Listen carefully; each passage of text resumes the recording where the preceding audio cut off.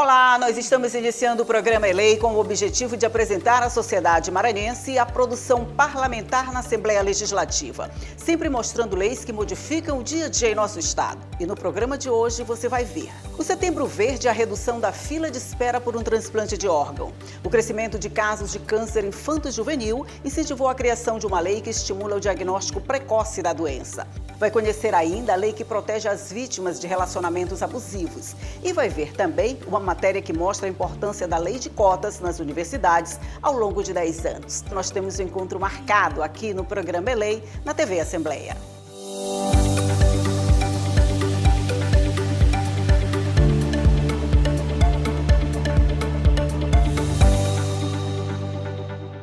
A espera de doadores nas filas de transplantes de órgãos no Brasil é angustiante. São milhares de pessoas esperando por uma doação para garantir a sobrevivência e a qualidade de vida. No Maranhão, a central de transplantes do Hospital Universitário já funciona há mais de 20 anos. E para estimular essa prática de amor, a Assembleia Legislativa do Estado instituiu o Setembro Verde como alerta e conscientização para a responsabilidade de todos nós nessa luta. A campanha Setembro Verde nasceu para sensibilizar a sociedade sobre a importância da doação de órgãos. É que já é difícil lidar com a perda de um ente querido e muitas vezes, por falta de informação, os tabus que existem em torno da doação de órgãos atrapalham que outras vidas sejam salvas. Durante muitos anos, o Francisco lutou contra uma doença renal. Precisou fazer hemodiálise até que o transplante de rins se tornou a única opção. Um momento difícil que há 17 anos mudou a vida dele. A doação veio da família. Tive alguém da minha família que se prontificaram e veio 2 pessoas, não deu certo, não era compatível, até que minha irmã caçula veio, foi compatível e ela fez a doação, fez o transplante. 25 de agosto de 2005, já faz 17 anos, eu voltei à vida normal, graças a Deus. Hoje o Francisco cumpre a rotina de cuidar melhor da saúde e é uma prova de que o transplante, além de vida ao paciente, devolve à sociedade uma pessoa produtiva. As pessoas, se tivessem a compreensão da importância que tem uma doação, muitas pessoas que estão fazendo hemodiálise hoje não estariam. Doar é um ato de amor. Atos de amor. Há 20 anos, transplantes são realizados no Maranhão. O Hospital Universitário é a unidade de saúde onde tudo acontece. O HUFMA é autorizado pelo SUS para fazer transplantes de coração, rins, fígado, córnea e músculo esquelético. Desde então, mais de 3.000 pessoas receberam, por meio da doação de órgãos, uma nova chance. Outros 1.008 pacientes estão na fila de transplantes de rim, fígado e córnea, aguardando doadores compatíveis. O Sistema Único de Saúde, o SUS, aliás, é responsável por mais de 88% dos transplantes que acontecem no Brasil. Só em 2021, de acordo com a Central Nacional, foram feitos mais de 12.000 transplantes. No estado, leis aprovadas na Assembleia Legislativa do Maranhão estimulam campanhas de doação de órgãos com o objetivo de fortalecer a lei nacional que estabelece critérios de doação, protegendo doadores e transplantados ao instituir no calendário oficial do Estado Setembro Verde como mês de conscientização da importância da captação e distribuição de órgãos e tecidos humanos e também criando a Semana Estadual de Incentivo à Doação de Órgãos e Tecidos no Estado do Maranhão, realizada entre os dias 24 e 30 de setembro.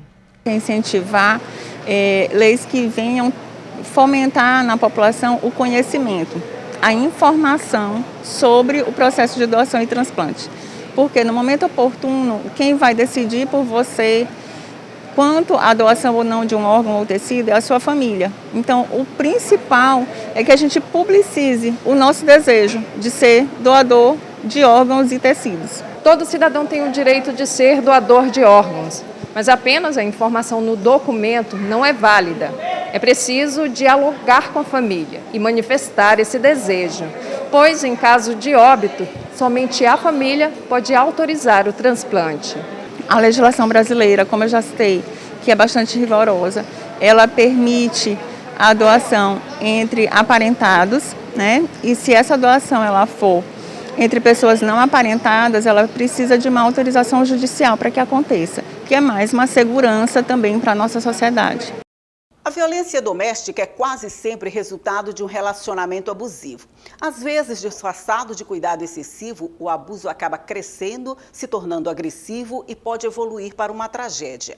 Para alertar para esse problema, foi instituída no Maranhão uma semana inteira para reflexões sobre o tema. O projeto, votado pelos deputados estaduais e já sancionado pelo governo, determina que no mês de junho devem ser desenvolvidas ações educativas envolvendo a comunidade e especialistas no assunto. Relacionamento abusivo dentro de uma relação amorosa é aquela que provoca danos morais e psíquicos ao parceiro ou parceira. As mulheres ainda são as principais vítimas. Esta psicóloga que atende vítimas de violência doméstica explica os sinais do abuso. O relacionamento abusivo ele é configurado quando há um controle de uma das partes na relação sobre o outro. Então, esse controle excessivo, quando ele te proíbe de ter contato com outra pessoa, isso acontece de uma forma bem sutil e vai se escalonando com o tempo. Quase todos os casos de violência doméstica surgem de um relacionamento abusivo. É como se fosse o pontapé inicial para outros tipos de violência e até mesmo pior, o feminicídio, como ressalta a diretora da Casa da Mulher Brasileira em São Luís. E é quando a mulher começa a ter um alerta maior, porque de início ela acha, não, ele fez isso por conta do álcool, porque ele bebeu, ele não é assim. Então a gente tende a criar essas justificativas e vai justificando até que chegue em algo mais grave, até que as pessoas começam a intervir e dizer assim, olha, abre teu olho, uma pessoa acabou de ser vítima de feminicídio justamente vivenciando o que você está vivendo. No Maranhão, foi criada por meio de lei a Semana de Conscientização e Combate ao Relacionamento Abusivo, proposta de autoria do deputado estadual Adriano, com o objetivo de promover a reflexão e fomentar o debate sobre os relacionamentos abusivos e seus reflexos para os envolvidos, suas famílias e para a sociedade. De acordo com a lei, devem ser desenvolvidas durante todo o mês de junho ações de conscientização à população com materiais e eventos informativos sobre o tema, com a participação de profissionais de diversas áreas do conhecimento especializados no assunto. Em caso de abuso, as vítimas devem ficar atentas aos sinais, se possível, denunciar os casos e evitar que eles gerem problemas ainda mais graves. Pode ser denunciado tanto em casa, delegaciaonline.policiacivil.ma.gov.br, posso fazer lá um boletim de ocorrência e posso pedir a medida protetiva nesse mesmo local. O Instituto Nacional de Câncer estima que a cada ano devem ser diagnosticados cerca de 8.400 novos casos da doença em crianças e adolescentes em todo o país. E o Maranhão não foge dessa estatística. Por aqui, os casos só têm aumentado. Preocupada com esse crescimento, desde 2012, a Assembleia Legislativa do Estado aprovou uma lei que chama atenção para a importância do diagnóstico precoce na cura de crianças e adolescentes, como nos conta o repórter Joelson Braga. Bonecas, pinturas à mão, o universo infantil aqui faz parte do tratamento de crianças com câncer no Hospital Aldenor Abelo, na capital maranhense. A doença vem crescendo entre crianças e adolescentes. O Instituto Nacional do Câncer estima que para cada ano do triênio 2020-2022 sejam diagnosticados 8.460 novos casos de câncer em crianças e adolescentes no país. O diretor do Hospital Aldenor Abelo falou sobre essa incidência no estado. A incidência é grande e, infelizmente, só tem aumentado, né? E é uma pena que a gente não tem conseguido acompanhar esse crescimento com a estrutura física do hospital. Então, isso já está ocasionando algumas filas, já está ocasionando alguns problemas para esses pacientes. Em 2012, a Assembleia Legislativa do Estado do Maranhão aprovou a Lei 9.686, que institui o Dia Estadual de Conscientização do Câncer Infanto-Juvenil no Maranhão. Esta oncopediatra observa que ações como esta são importantes no enfrentamento de uma doença tão séria. O mais importante é esse olhar de um diagnóstico precoce. É isso que a gente chama muita atenção, porque na criança não tem como a gente prevenir. entendeu? A não ser com essas medidas de alimentação mais saudável, de acompanhamento pediátrico, mas o que é importante na nossa população infanto-juvenil é que o diagnóstico seja precoce. O Dia Estadual de Conscientização do Câncer Infanto-Juvenil é celebrado anualmente, sempre no último sábado do mês de agosto, e tem os seguintes objetivos: estimular ações educativas e preventivas relacionadas ao câncer infanto-juvenil, promover debates e outros eventos sobre as políticas públicas de atenção integral às crianças com câncer, difundir os avanços técnicos científicos relacionados ao câncer infanto-juvenil e apoiar as crianças com câncer e seus familiares. A oncopediatra chama atenção para um detalhe importante: o acompanhamento médico das crianças. A criança precisa de um acompanhamento pediátrico, que muito tem se perdido ao longo dos tempos. Mas o que a gente precisa é que cada criança tenha o seu pediatra, que vá regularmente, que esse pediatra consegue identificar de uma forma precoce quando essa criança desenvolver alguma coisa, tipo o câncer. A seguir, você vai conhecer mais leis que mudam a sua vida. O Elei volta já já, é só um instante.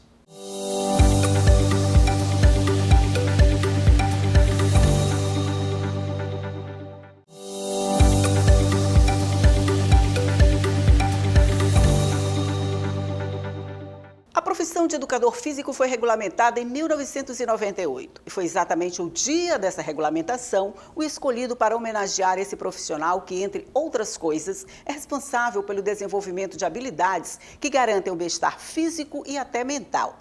Saiba mais sobre a importância dessa profissão na reportagem de Carla Bianca. Gabriel é profissional de educação física, função regulamentada no Brasil em 1998 e que tem crescido em uma sociedade cada vez mais preocupada com a saúde e com o bem-estar do corpo, ainda mais depois da pandemia da Covid-19. Depois da pandemia, as pessoas ligaram um alerta, né, de que várias pessoas estavam morrendo, principalmente as pessoas que eram mais sedentárias, que estavam acima do peso, e aí elas começaram a se alertar mais e começaram a procurar mais aos profissionais de educação física. E com isso, a demanda, graças a Deus, foi muito maior.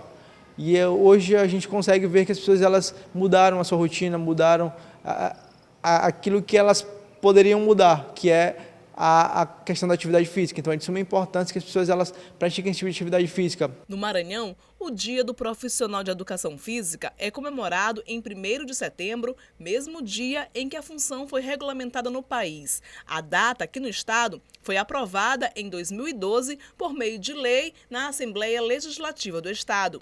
Marcelo orienta e acompanha a prática de atividades físicas, indica os exercícios e atividades de acordo com o perfil de cada pessoa. Por isso é importante o trabalho desse profissional nas academias, espaços esportivos, centros de treinamento e similares. O grande diferencial é a magia de psicologicamente motivar o ser humano a cuidar de si próprio e o propor a envelhecer saudavelmente, através das habilidades técnicas de força, flexibilidade, potência, melhorar mais a resistência através da corrida, das práticas funcionais.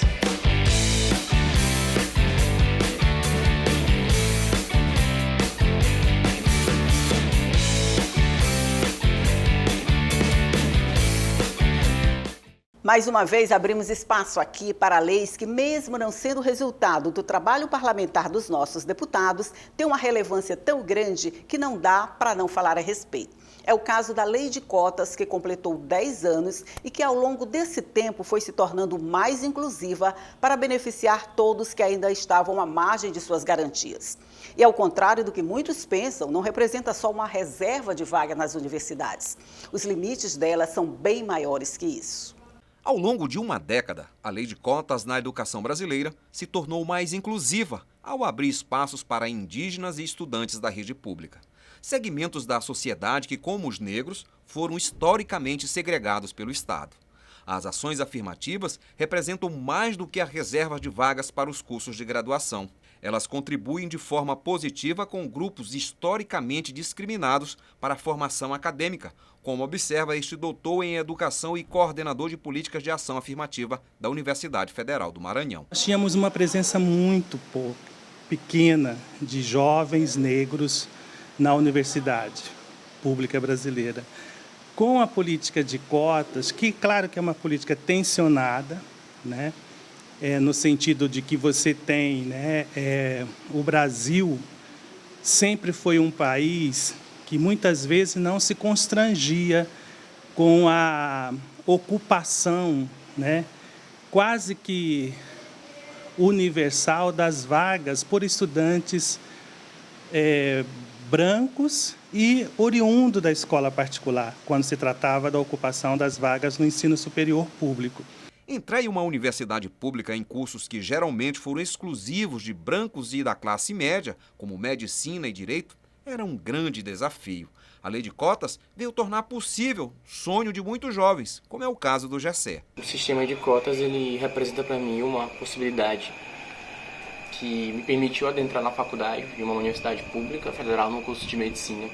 E provavelmente, se eu não fosse agraciado com essa ação afirmativa, eu demoraria muito mais para entrar nesse curso, ou continuaria estudando por mais alguns anos e anos, até pela base teórica de escola pública que eu tive, que não dá para se comparar com a base teórica de escolas particulares. Em 10 anos, a lei de cotas mudou o perfil das universidades brasileiras. Neste período, o número de alunos negros cresceu cerca de 400% no ensino superior brasileiro. Um exemplo da mudança de perfil nas universidades vem desta jovem advogada. Mas, na verdade, as cotas vêm justamente para reparar a questão de que, devido à escravidão negra, que durou quase 400 anos, a gente tem hoje 134 anos da abolição, menos tempo de libertos do que de escravizados, a gente vê que o ponto de partida de cada pessoa, dependendo da raça, é diferente. As pessoas brancas, não que a questão social não impacte, tem impacto, só que a questão racial também impacta, e de forma mais violenta, que a gente pode dizer ainda, porque às vezes a pessoa é pobre e é negra, então ela tem duas questões para enfrentar. Apesar de ser a maioria da nossa população, os negros ocupam uma minoria nos lugares importantes, de relevância social e das cadeiras universitárias. Por isso, a lei de cota é uma vitória para muitos brasileiros. A sensação de conquista é também desta jovem indígena que está no 2º ano de medicina. Se não fosse as cotas, eu demoraria muito mais tempo para passar em medicina, porque é meu sonho, eu insistiria mais 3, 4, 5 anos até passar, mas graças às cotas isso aconteceu rápido e está aqui. Apesar de ser um país miscigenado, onde a maioria da população é composta por negros e pardos, o Brasil é considerado um país racista. Esta parcela da população sofre preconceitos diários e, além disso, não consegue as mesmas oportunidades que as pessoas brancas. As cotas buscam diminuir esta desigualdade. Quando você cria essa reserva, nós possibilitamos, por exemplo, dessas 3.000, né, quase 3.700 vagas, a ocupação de 1.170 vagas para negros, pretos e pardos e indígenas. E isso, né, a gente acaba, de fato, né, assegurando aquilo que é uma função da República, do Estado, né, republicano, distribuir direitos e oportunidades, né, de uma forma mais igualitária. E isso não se dá pelo critério da meritocracia. O Elei fica por aqui. Acompanhe a reprise do programa durante a semana. Tchau e até a próxima.